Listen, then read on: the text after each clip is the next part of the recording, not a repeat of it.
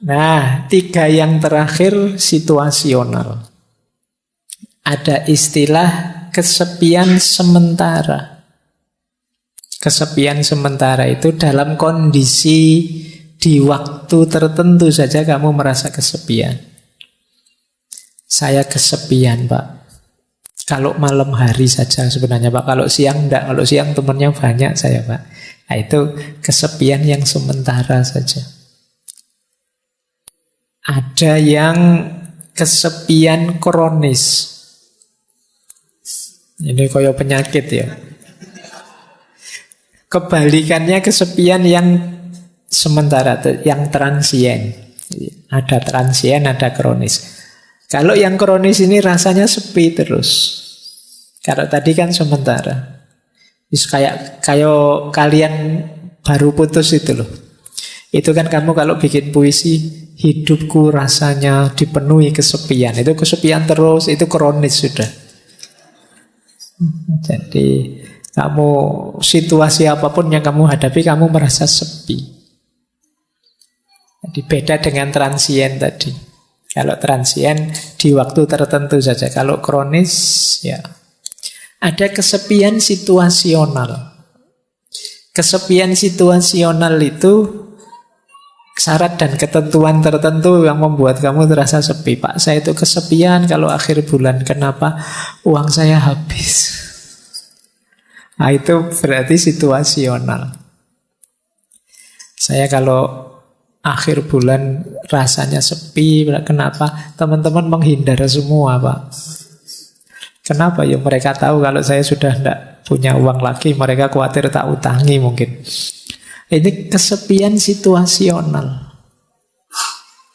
Mungkin ada yang merasa sepi kalau pas belajar, pas ingat dosa-dosa muhasabah atau pas apa, itu namanya kesepian situasional. Jadi dari sini sebenarnya bisa kita simpulkan tidak ada orang yang tidak mengalami kesepian. Setiap orang punya kesepiannya sendiri. Termasuk orang, mungkin teman-teman ada teman saya ini Pak rasanya ceria terus, senang terus. Mesti dia gembira terus, enggak. Pastikan saja dia pasti punya momen-momen sepinya sendiri. Entah kapan, entah dalam situasi apa. Mungkin saat nilainya jatuh dari A jadi E, rasanya sepi. Atau mungkin pas sakit, atau mungkin pas apa. Meskipun kesendirian itu kasunyatan, tapi ternyata kesepian juga kasunyatan. Karena apa? Karena tidak ada orang yang tidak punya titik sepi dalam hidupnya. Setiap orang punya titik sepinya sendiri. Apakah itu emosional, sosial, eksistensial, apakah sementara, kronis, atau situasional.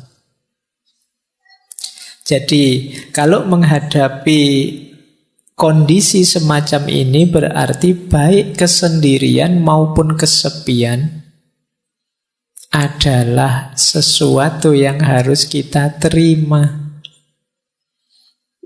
Jadi jalan pertama untuk menyikapinya, jangan menyangkal.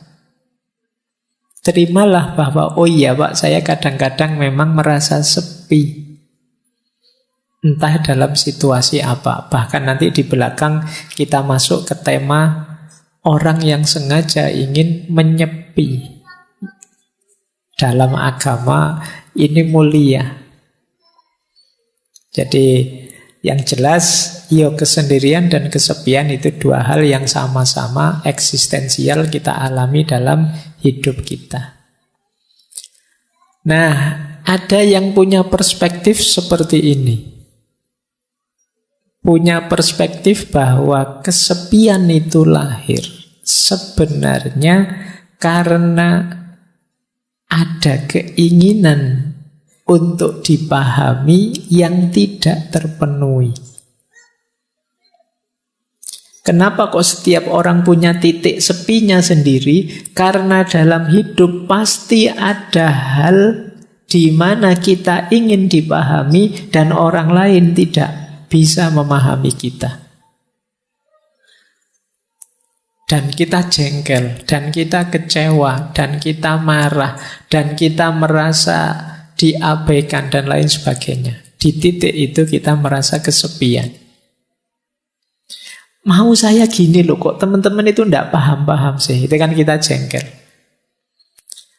Keinginanku itu seperti ini loh, kok teman-teman tidak peduli sih. Itu kan terus kita jengkel. Di situ kita merasa kesepian. Makanya katanya Carl Jung yang dulu pernah kita bahas, kesepian tidak datang karena tidak adanya orang di sekelilingmu, namun karena engkau tidak mampu mengungkapkan segala yang menurutmu penting. Ada hal penting ingin kita ungkapkan, tapi orang lain tidak paham-paham. Orang lain tidak mau tahu, tidak mau mengerti. Akhirnya kita merasa sendirian. Dilanjutkan itu oleh Jodi Picoult, ini novelis Amerika. Kata dia, biar ku beritahu engkau, kalau engkau ketemu seorang penyendiri, itu bukanlah karena mereka menyukai kesendirian, namun karena mereka sebelumnya telah berusaha keras untuk membaur ke dalam dunia, dan orang-orang selalu mengecewakannya. Jadi kita merasa sepi, merasa sendiri ketika orang tidak mau tahu kita, ketika orang mengabaikan kita, ketika orang tidak peduli pada kita. Kita teriak-teriak, mbok jangan maki-maki di medsos, mbok jangan gegeran di medsos, ayo kita rukun.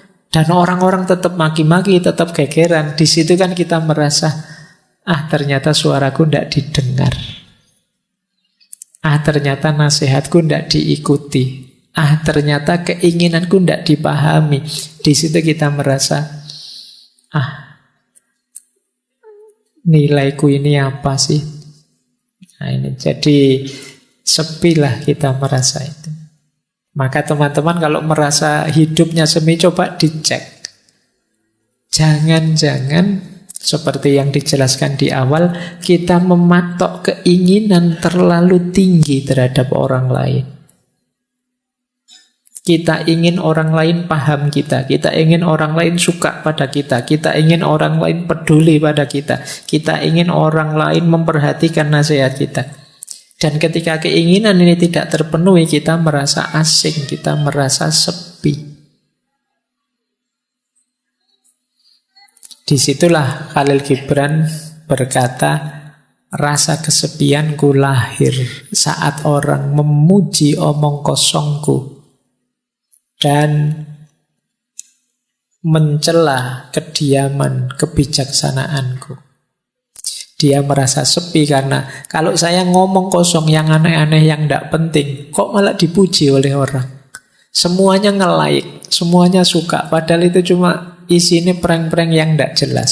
Tapi pas saya serius ngomong yang mantep-mantep atau saya diam dalam rangka bijaksana, orang malah mencelaku. Sekarang kan banyak orang yang mencela kediaman. Mencela kediaman itu maunya semua orang disuruh bersuara. Ya contoh paling mudah, di grup-grup WA itu saya kemarin di semua grup kan isinya innalillahi, selamat itu. Isinya kan banyak itu. Seolah-olah yang tidak mengucapkan dan tidak nulis di WA dianggap sesuatu yang tercela. Padahal mungkin yang tidak ngirim WA itu yang serius berdoa, ngirim Fatihah, mendoakan. Sementara yang ngirim innalillahi ya copy paste atasnya saja. Ya, tapi lebih dihargai yang copy paste karena tampil. Tidak tampil dianggap tidak ada. Di situasi hari ini begitu. Nah, ini bahan refleksi kita lagi. Jangan-jangan rasa kesepian kita karena kita berharap terlalu banyak pada orang lain. Akhirnya kita kecewa, akhirnya kita merasa marah, merasa tersisih, merasa tidak dipedulikan. Kalau memang ini masalahnya, saatnya kita berhenti terlalu berharap pada orang lain. Ayo bahagia dengan diri kita. Kenapa? Karena rasa kesepian yang membelit diri kita itu bahaya secara psikologis. Ini saya ambilkan dari satu penelitian yang menjelaskan rutenya orang kesepian. Orang kesepian itu kan mesti akarnya karena kecewa, tidak bisa ngeblend, tidak bisa berbaur dengan dunia di sekelilingnya. Biasanya orang ini terus menyalahkan dirinya sendiri. Kenapa aku kok introvert ya? Kenapa aku kok ndak bisa ramah ya? Kenapa aku kok ndak bisa? Jadi biasanya terus disalahkan dirinya sendiri. Orang tidak menghargai dia, disalahkan dirinya. Orang tidak peduli padanya, tadi disalahkan dirinya. Dia menyalahkan dirinya terus, sehingga akhirnya meruntuhkan self-esteem-nya, kebanggaannya pada dirinya. Kalau orang sudah runtuh kebanggaan pada dirinya, dia akan mengalami stres berat. Saya tidak berani bilang depresi ya, nanti depresi tambah nemen. Orang stres berat itu nanti sistem imunnya kacau, dia mudah sakit, ya karena hormon kortisolnya meningkat. Tidak enaknya di penelitian itu disebut resiko kematiannya tinggi. Nah, jadi ternyata ada korelasinya. Orang yang merasa kesepian, resiko kematiannya meningkat. Di penelitian itu disebut ya, stres berat itu setara dengan merokok 1 bungkus per hari. Bahayanya. Nah,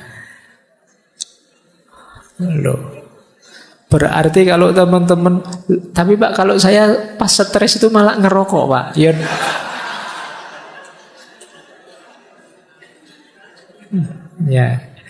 Ya wis bener, daripada bahayanya seperti ngerokok 1 bungkus, ya ngerokok saja sekalian 1 bungkus.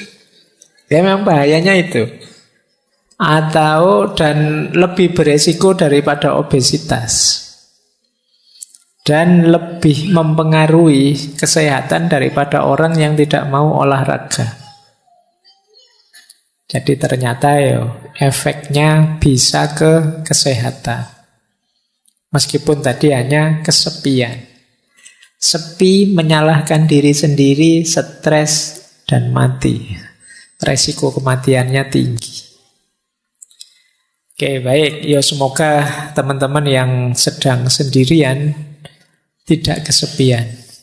Kalau kesepian, jangan selalu menyalahkan diri sendiri.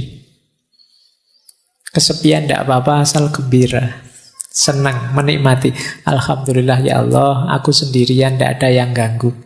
Alhamdulillah sepi sekarang, tidak repot lagi, tidak apa-apa. Maknai saja secara positif, biar tidak stres. Oke, kita lanjutkan. Nah, yuk, tadi kan yang ruwet-ruwet, kesendirian, kesepian. Kita lanjutkan ya, perjalanan kita ke ranah positifnya kesendirian. From loneliness to solitude. Bagaimana mengubah kesendirian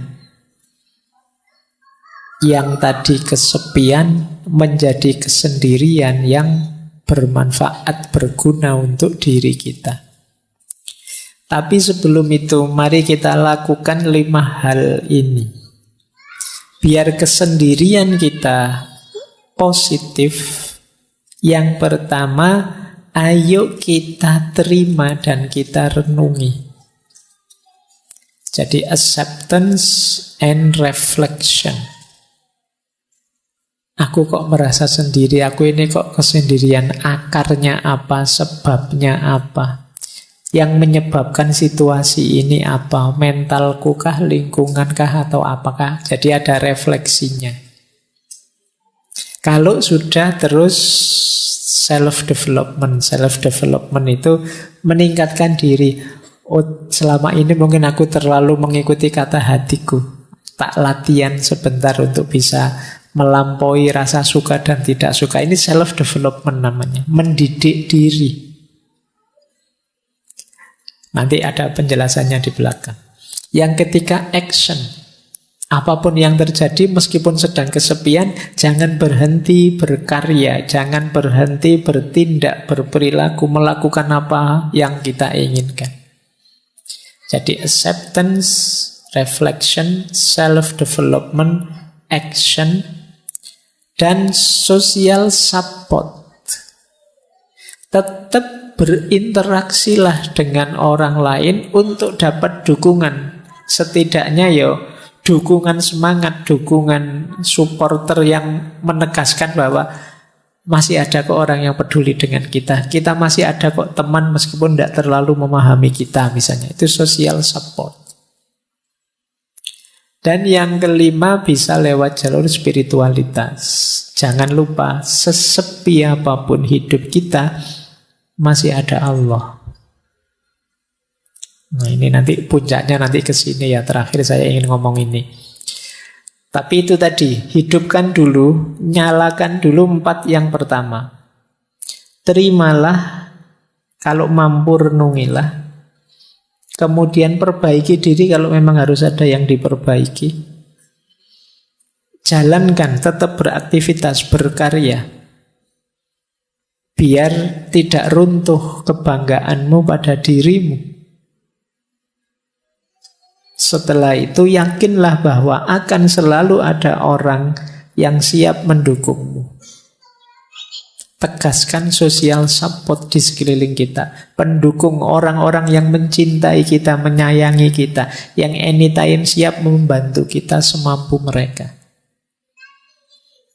Dan yang terakhir, yakinlah bahwa kita tidak pernah ditinggal oleh Yang Maha Kuasa, oleh Allah. Kita saja yang sering lupa atau menjauh darinya.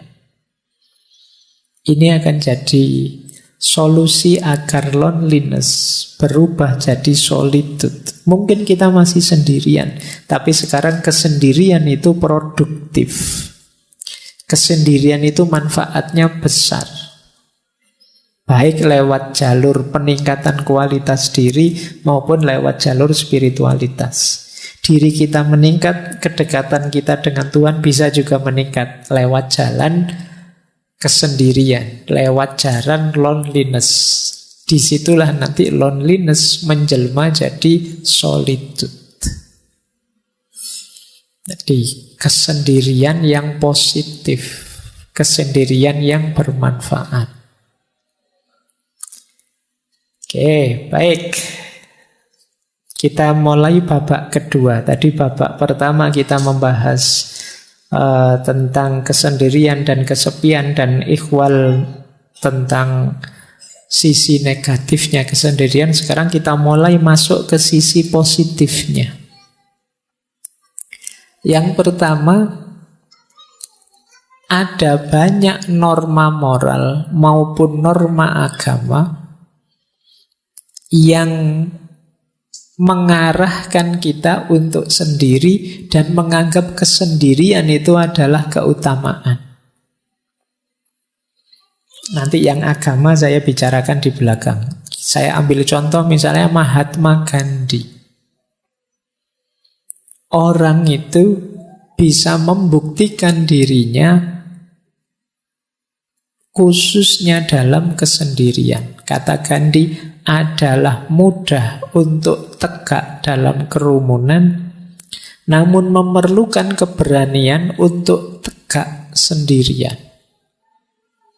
Orang itu kalau temannya banyak, terus petentang-petenteng, itu gampang, koncone oke. Ya kalau sendirian baru dia disebut pemberani. Ayo kamu sendirian petentang-petenteng kalau berani misalnya. Itu sederhananya begitu maunya Gandhi. Orang itu bisa tegak sendirian baru dia hebat. Kalau sekedar tegak bareng temannya ya belum. Kalau pas nongkrong bareng temannya banyak terus ada yang lewat sweet berani. Tapi ketemu satu-satu gitu biasanya kamu grogi. Jadi orang itu terbukti kehebatannya ketika dia sendirian. Kalau kamu bareng orang banyak, lewat kuburan, santai saja. Mungkin kamu sampai, ayo kalau ada hantu keluarlah ngono. Tapi begitu sendirian, wah, ono angin sidik, wah, melayu mesti banter. Terbukti keberanianmu saat sendirian. Kebaikan juga begitu. Kalau kamu sendirian masih juga baik, berarti kamu memang orang baik. Tapi kalau kamu baiknya hanya pas ada orang banyak, ya kamu sebenarnya hanya pencitraan. Jadi mudah untuk mengklaim bahwa kamu hebat ketika dalam kerumunan. Untuk membuktikan kamu hebat beneran ya saat sendirian. Jadi ini salah satu quote untuk menegaskan betapa sendirian itu sebenarnya bermakna pembuktian. Kamu hebat beneran apa enggak? Kamu jago beneran apa enggak? Makanya kata Lause, orang biasa itu membenci kesendirian. Namun seorang master, dia bisa memanfaatkan kesendirian, dia memeluk kesendirian sambil menyadari bahwa dia adalah satu dengan seluruh semesta. Jadi kesendirian bermakna pembuktian diri. Saatnya kalian tampil, ya sendiri. Kalau saatnya kalian tampil kok banyak orang, kamu tidak akan terlihat. Eksis itu dirimu sendiri. Semakin banyak orang yang menopangmu, ya kamu dianggap belum terlalu eksis. Untuk menegaskan bahwa kamu eksis, ya ketika kamu sendiri pun ternyata bisa tegak. Jadi jalan keutamaan lewat aspek sendirian ini membuktikan bahwa kita ini memang benar-benar mampu, benar-benar bisa. Jadi secara positif kesendirian bisa bermakna pembuktian.